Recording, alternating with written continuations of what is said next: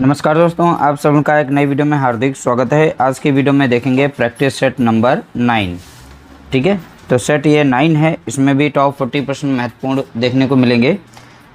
इन सभी की पीडीएफ अगर पाना चाहते हैं तो आप हमारे टेलीग्राम से जुड़ सकते हैं, वहीं से आप इसकी पीडीएफ भी प्राप्त कर सकते हैं।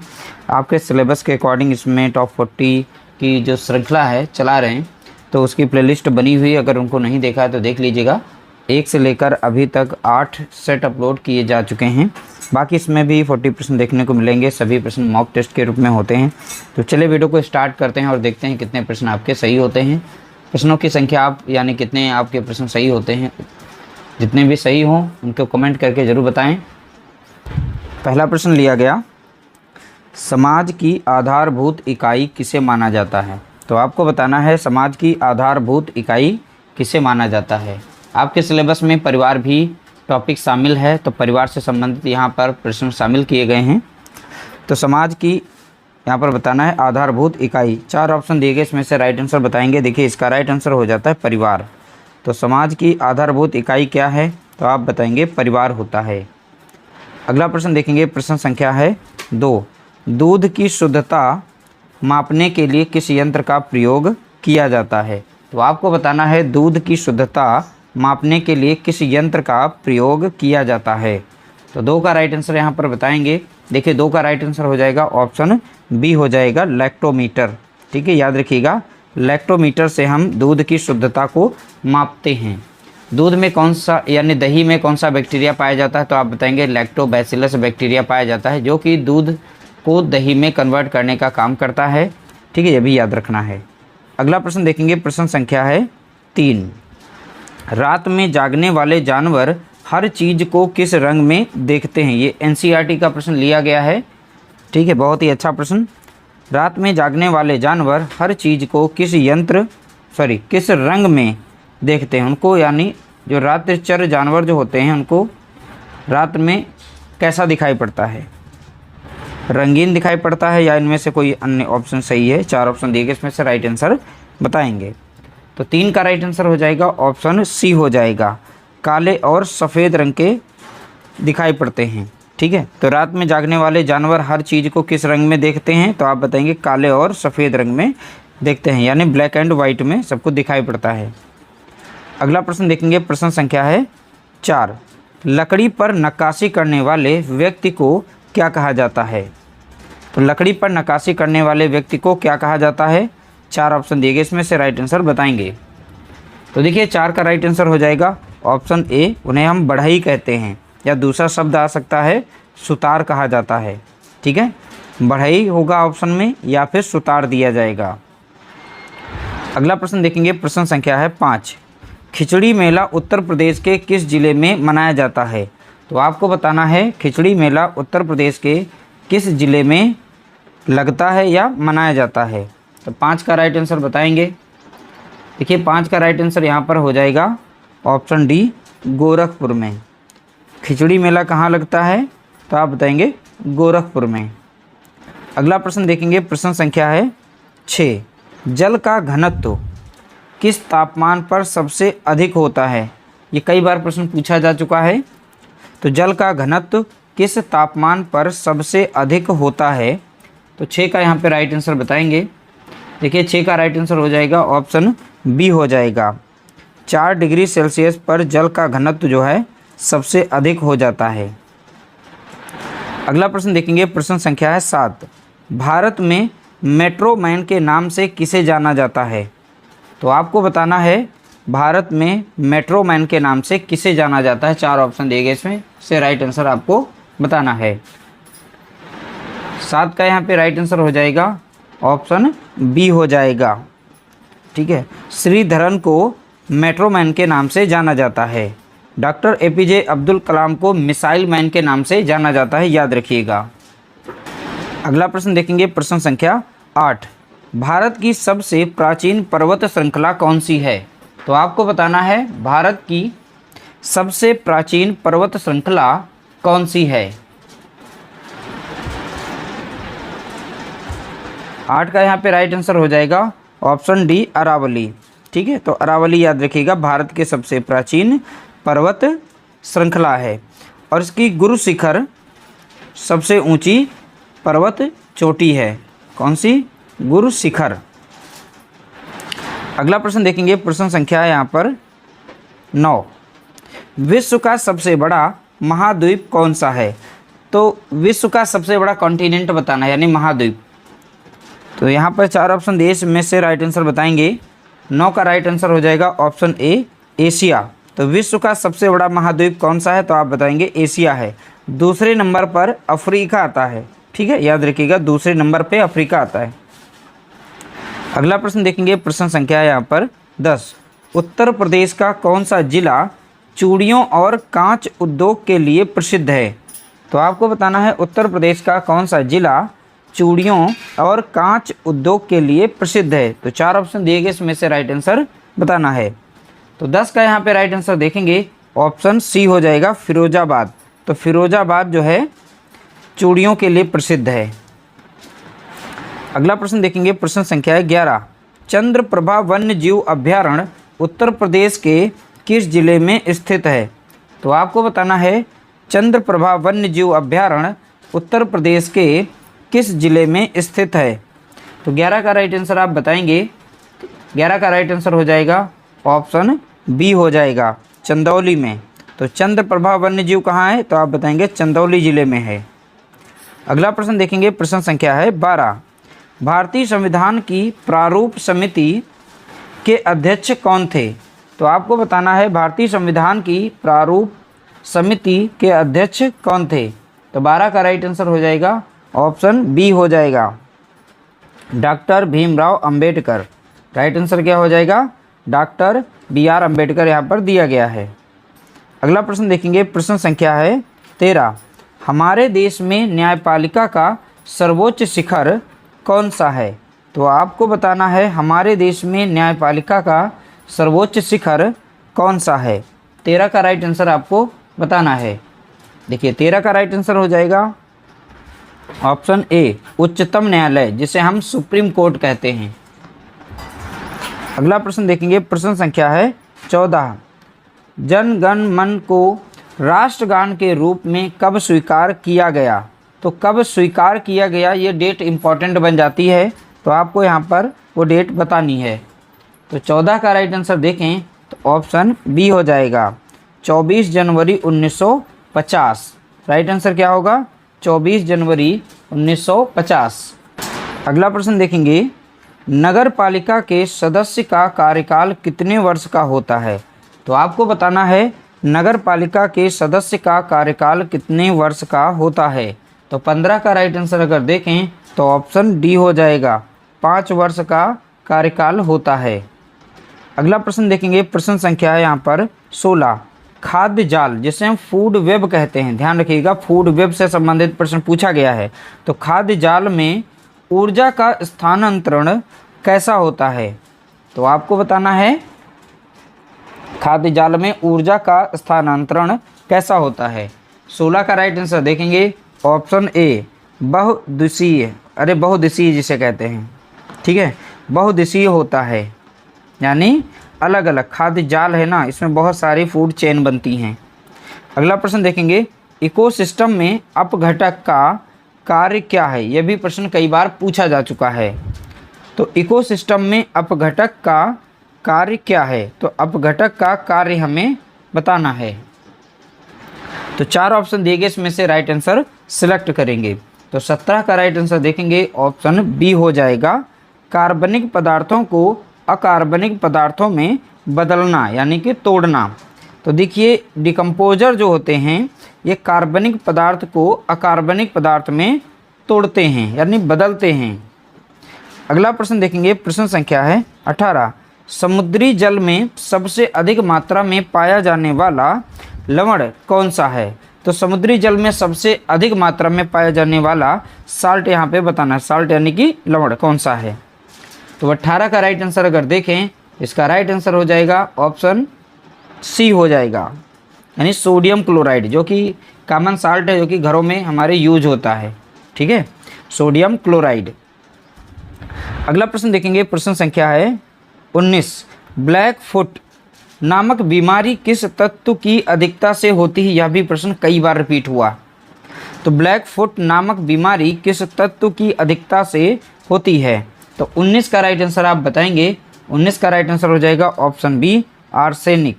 राइट आंसर क्या होगा? तो आप बताएंगे आर्सेनिक। अगला प्रश्न देखेंगे, प्रश्न संख्या है 20। नमामि गंगे योजना का मुख्य उद्देश्य क्या है? तो आपको बताना है नमामि गंगे योजना का मुख्य उद्देश्य क्या है? तो 20 का राइट आंसर यहाँ पर हो जाएगा ऑप्शन ए, गंगा नदी का संरक्षण एवं शुद्धिकरण। अगला प्रश्न देखेंगे, प्रश्न संख्या 21। उत्तर प्रदेश का राजकीय फल क्या है? तो आपको बताना है उत्तर प्रदेश का राजकीय फल क्या है? तो 21 का अगर राइट आंसर यहाँ पर देखें तो 21 का राइट आंसर हो जाएगा ऑप्शन बी हो जाएगा, यानी आम। तो उत्तर प्रदेश का राजकीय फल क्या है? तो आप बताएंगे आम है। अगला प्रश्न लिया गया, प्रश्न संख्या है 22। संविधान के किस भाग में मौलिक अधिकारों का वर्णन है? तो आपको बताना है संविधान के किस भाग में मौलिक अधिकारों का वर्णन है, यानी अब बात की गई है। तो 22 का यहाँ पे राइट आंसर अगर देखेंगे ऑप्शन सी हो जाएगा, यानी भाग 3 में। ठीक है, तो मौलिक अधिकारों की बात किस भाग में की गई है? तो आप बताएंगे भाग 3 में। अगला प्रश्न देखेंगे, प्रश्न संख्या है 23। उत्तर प्रदेश में विधान परिषद की कुल कितनी सीटें हैं? तो आपको बताना है उत्तर प्रदेश में विधान परिषद की सीटें। यह भी प्रश्न बहुत बार पूछा जा चुका। तो 23 का राइट आंसर अगर देखें तो ऑप्शन बी हो जाएगा, 100 सीटें हैं। कितनी हैं विधान परिषद की? 100 सीटें हैं। अगला प्रश्न देखेंगे, प्रश्न संख्या 24। प्रकाश संश्लेषण के लिए पौधों को किस गैस की आवश्यकता होती है? यानी पौधे जो हैं प्रकाश संश्लेषण में अपना खाना तैयार करते हैं, तो प्रकाश संश्लेषण के लिए कौन सी गैस आवश्यक होती है वो बतानी है। तो यह भी प्रश्न बहुत बार पूछा गया। तो 24 का अगर हम राइट आंसर यहाँ पर देखें तो ऑप्शन बी हो जाएगा, कार्बन डाइऑक्साइड गैस की आवश्यकता होती है। चलिए हम इक्वेशन को समझ लेते हैं। इसमें कार्बन डाइऑक्साइड की ज़रूरत होती है, प्लस पौधे को खाना बनाने के लिए जल की आवश्यकता होती है, जो कि ज़मीन से वो अवशोषित कर लेता है, और उससे सनलाइट की ज़रूरत होती है, साथ ही साथ उससे क्लोरोफिल की ज़रूरत होती है, जिसे हरित लवक कहते हैं। ठीक है, अगला प्रश्न देखेंगे, प्रश्न संख्या है 25। इनमें से कौन सा जैव अक्षय कचरा है, यानी नॉन बायोडिग्रेडेबल, जो आसानी से हमारे एनवायरनमेंट में नहीं टूटता? ऐसे कहते हैं नॉन बायोडिग्रेडेबल, यानी जैव अक्षय कचरा। तो इसमें से बताना है। प्रश्न संख्या 25 का अगर राइट आंसर यहाँ पर देखें तो ऑप्शन डी हो जाएगा, यानी प्लास्टिक की बोतलें ज़मीन में दफना दो तो वैसे की वैसे पड़ी रहती हैं। फलों का छिलका 2 से 3 दिन में सड़ जाता है। सूती कपड़ा वो भी सड़ जाता है, कागज़ वो भी सड़ जाता है, बट ये जो डिकम्पोज नहीं होता है, इसीलिए ये जैव अक्षय कचरा है। ठीक है, यानी नॉन बायोडिग्रेडेबल में ये प्लास्टिक की बोतलें आती हैं। अगला प्रश्न देखेंगे, प्रश्न संख्या है 26। ये एनसीईआरटी का प्रश्न है, यह भी कई बार प्रश्न पूछा गया। मच्छर के पेट में झांका, यानी देखा उसने, और मलेरिया के परजीवी की खोज की। इस कार्य के लिए रोनाल्ड रॉस को नोबेल पुरस्कार कब मिला? अब देखिए, मच्छर के पेट में झांका और मलेरिया के परजीवी की खोज की। अगर यहाँ से प्रश्न एक और बने तो मलेरिया के परजीवी की खोज किसने की? तो आप बताएंगे रोनाल्ड रॉस ने की। लेकिन इनको नोबेल पुरस्कार दिया गया इस बात के लिए, लेकिन किस सन में नोबेल पुरस्कार मिला वो सन यहाँ पे पूछा गया। तो एक प्रश्न में कई प्रश्न बन रहे हैं, यह भी ध्यान रखिएगा। तो यहाँ पर 26 का राइट आंसर अगर देखें तो ऑप्शन बी हो जाएगा, 1902 में इन्हें नोबेल पुरस्कार से सम्मानित किया गया। अगला प्रश्न देखेंगे, प्रश्न संख्या है 27। रक्त का थक्का जमने में कौन सा विटामिन सहायक होता है? तो आपको बताना है रक्त का थक्का जमने में कौन सा विटामिन सहायक होता है। तो 27 का यहाँ पे राइट आंसर अगर देखें, 27 का राइट आंसर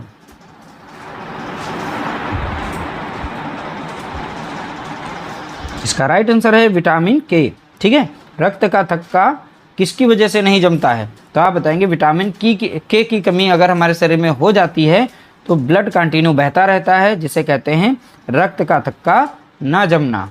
ठीक है, तो यहाँ पर जो रक्त का थक्का जमाने में जो सहायक विटामिन है वो है विटामिन के। अगला प्रश्न देखेंगे, प्रश्न संख्या 28।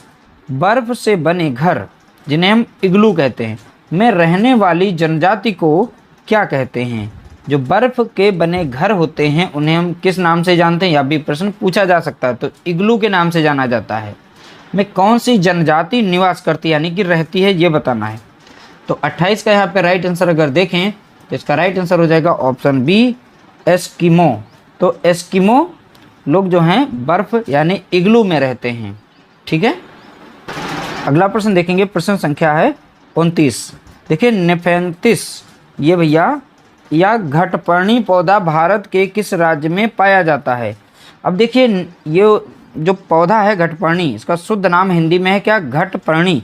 बाकी इंग्लिश में कहते हैं निपेंथिस। ठीक है, निपेंथिस। तो ये घटपर्णी पौधा होता है जो कि अन्य इंसेक्ट को यानी कीड़े मकोड़ों को खाता है। इसके शरीर में नाइट्रोजन की कमी होती है जिस वजह से ये दूसरे अन्य छोटे छोटे कीड़ों को अपने अंदर ट्रैप कर लेता है और उन्हें खा जाता है, डाइजेस्ट कर जाता है। ठीक है, तो घटपर्णी पौधा आता है। लेकिन किस राज्य में पाया जाता है ये बताना है। तो 29 का अगर राइट आंसर यहाँ पर देखें तो इसका राइट आंसर हो जाएगा ऑप्शन डी यानी मेघालय राज्य में पाया जाता है। अगला प्रश्न देखेंगे, प्रश्न संख्या है 30। कौन सा जानवर अपनी गर्दन को पीछे तक लगभग 270 से 360 डिग्री तक घुमा सकता है? इंपॉर्टेंट प्रश्न है, कई बार यह पूछा गया। तो 30 का यहाँ पे राइट आंसर अगर देखें तो ऑप्शन सी हो जाएगा उल्लू। यह देखिएगा, उल्लू यहाँ पर है, अपनी गर्दन को ज़्यादा से ज़्यादा यानी मैक्सिमम डिग्री तक वो घुमा सकता है। अगला प्रश्न देखेंगे, प्रश्न संख्या 31। प्रयागराज में लगने वाला माघ मेला किस दिन से शुरू होता है? किस दिन शुरू होता है यानी शुरुआत बतानी किस दिन से शुरू होगा। तो 31 का यहाँ पे राइट आंसर अगर देखें तो ऑप्शन बी होता है मकर संक्रांति। ठीक है, इस दिन से माघ मेला जो है शुरू हो जाता है। अगला प्रश्न देखेंगे, प्रश्न संख्या 32। लकड़ी पर सुंदर खत्म बंद नक्काशी किस राज्य के हाउस बोट में देखी जाती है? इंपॉर्टेंट प्रश्न बनता है। लकड़ी पर सुंदर खत्म बंद नक्काशी किस राज्य के हाउस बोट में, अब यहाँ इंपॉर्टेंट प्रश्न बनता है, हाउस बोट में देखी जाती है। 32 का राइट आंसर बताएंगे। इसका राइट आंसर हो जाएगा ऑप्शन ए, जम्मू कश्मीर यानी कि श्रीनगर में देखी जाती है। अगला प्रश्न देखेंगे, प्रश्न संख्या 33। मृत सागर के 1 लीटर पानी में लगभग कितना नमक होता है? तो लगभग पूछा गया। तो मृत सागर के 1 लीटर पानी में लगभग कितना नमक पाया जाता है? कौन सा सागर है? डेड सी के नाम से जो फेमस है। ठीक है, तो 33 का राइट आंसर बताएंगे। इसका राइट आंसर हो जाएगा ऑप्शन बी, लगभग 300 ग्राम नमक देखने को मिलता है। अगला प्रश्न देखेंगे, प्रश्न संख्या है 34। भारत में सबसे लंबी दूरी तय करने वाली रेलगाड़ी कौन सी है? तो आपको बताना है भारत में सबसे लंबी दूरी तय करने वाली रेलगाड़ी कौन सी है। तो 34 का राइट आंसर देखेंगे तो ऑप्शन ए हो जाएगा यानी विवेक एक्सप्रेस। 34 का right answer option A, Vivek express. अगला प्रश्न लिया गया, प्रश्न संख्या 35। भारत का मानक समय किस शहर से होकर गुजरता है? तो आपको बताना है भारत का मानक समय किस शहर से होकर गुजरता है। 35 का राइट आंसर यहाँ पर देखेंगे। 35 का राइट आंसर हो जाएगा ऑप्शन डी हो जाएगा, मिर्ज़ापुर। तो प्रयागराज के निकट से गुजरती है। अगला प्रश्न देखेंगे, प्रश्न संख्या 36। उत्तर प्रदेश की प्रमुख नकदी फसल कौन सी है? तो उत्तर प्रदेश की प्रमुख नकदी फसल कौन सी है? तो 36 का राइट आंसर बताएंगे। 36 का राइट आंसर हो जाएगा ऑप्शन बी हो जाएगा यानी कि गन्ना। तो गन्ना यहाँ पर राइट आंसर होगा। अगला प्रश्न देखेंगे, प्रश्न संख्या 37। उत्तर प्रदेश के किस जिले की सीमा नेपाल के साथ लगती है? उत्तर प्रदेश के किस जिले की सीमा नेपाल के साथ लगती है? तो नेपाल के साथ इसमें से कौन सा जिला अपनी सीमा साझा करता है? तो 37 का राइट आंसर देखें तो ऑप्शन ए हो जाएगा महाराजगंज।